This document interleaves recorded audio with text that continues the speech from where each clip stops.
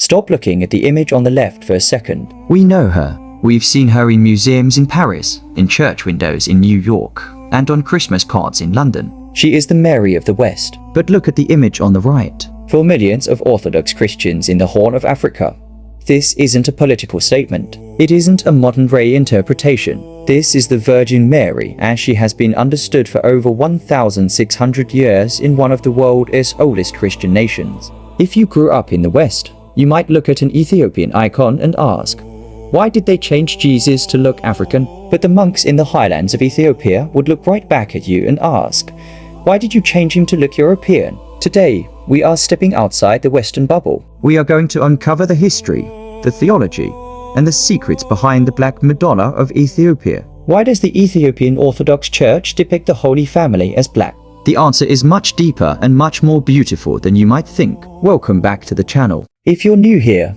we explore the ancient, mystical roots of the Orthodox faith. So, let's address the elephant in the room. In the Western world, especially in the US and Europe, race is a heavy topic. When we see a black Jesus, it is often viewed through a modern political lens. We think of social justice movements or attempts to reclaim identity. But to understand the Ethiopian icon, you have to throw your modern political timeline out the window. Ethiopia adopted Christianity as a state religion in the 4th century, long before the Renaissance, long before the transatlantic slave trade, and long before the concept of race, as we know it today, even existed. When an Ethiopian artist picks up his brush to paint the Madonna and Child, he isn't trying to make a protest art piece. He is painting a theological reality. So, why do they look the way they do? There are 3 distinct reasons: the historical connection, the theological mirror, and the Solomonic claim. Most Western Christians know the story of the flight into Egypt. King Herod wants to kill the infant Jesus, so Joseph takes Mary and the child and flees. In the Western tradition, we usually stop reading there. We assume they sat just across the border, maybe near Cairo, waited for Herod to die, and went home. But the Ethiopian tradition tells a much longer story. The text known as the Naga Mariam and local traditions hold that the Holy Family didn't just stay on the border. They traveled deep into the Nile Valley. They believe the Holy Family actually found refuge in what is historically Ethiopian territory. There are monasteries today, like Dabra Cresquim, where monks have prayed for centuries believing that the literal feet of the Christ child walked that ground. If you believe that Jesus and Mary lived among your ancestors, drank from your rivers, and ate your bread, you don't view them as foreign strangers from a distant land. You view them as neighbors. When Western artists painted Jesus, they often placed him in landscapes that looked like Tuscany or the French countryside. Why? Because that's what holy looked like to them. Similarly, the Ethiopian depiction validates the belief that Africa was a sanctuary for Christ when the rest of the world wanted him dead. They depict him as one of them because, in their tradition, he was a guest in their home. But let's go deeper. Let's talk about the theology of incarnation. In the Orthodox Church, an icon is not a photograph. It isn't a police sketch. If you want a photorealistic Jesus, you're in the wrong place. An icon is what we call our window to heaven. It depicts the spiritual reality, not just the physical one. Notice the eyes in these paintings. They are huge. Exaggerated. Why? Because in Ethiopian philosophy, the eyes are the windows of the soul. They represent spiritual watchfulness. They are looking at you, engaging you.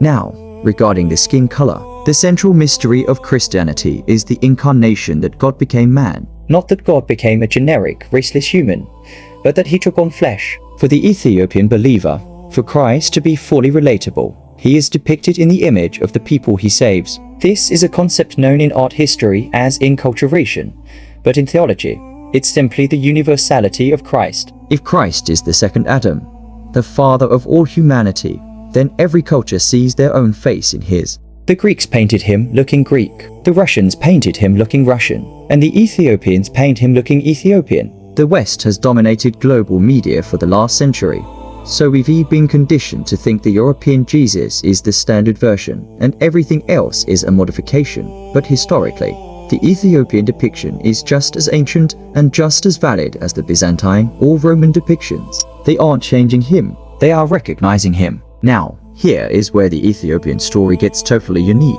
This is the part that usually blows Western minds. You can't talk about the Black Madonna in Ethiopia without talking about the Queen of Sheba. According to the Kebra Nagast, the Glory of the Kings, the ancient Ethiopian national epic, The Queen of Sheba visited King Solomon in Jerusalem. They didn't just exchange riddles. They had a son named Menelik I. Menelik I became the first emperor of Ethiopia. This means that the Ethiopian royal line claimed direct descent from the house of David. Do you see the connection?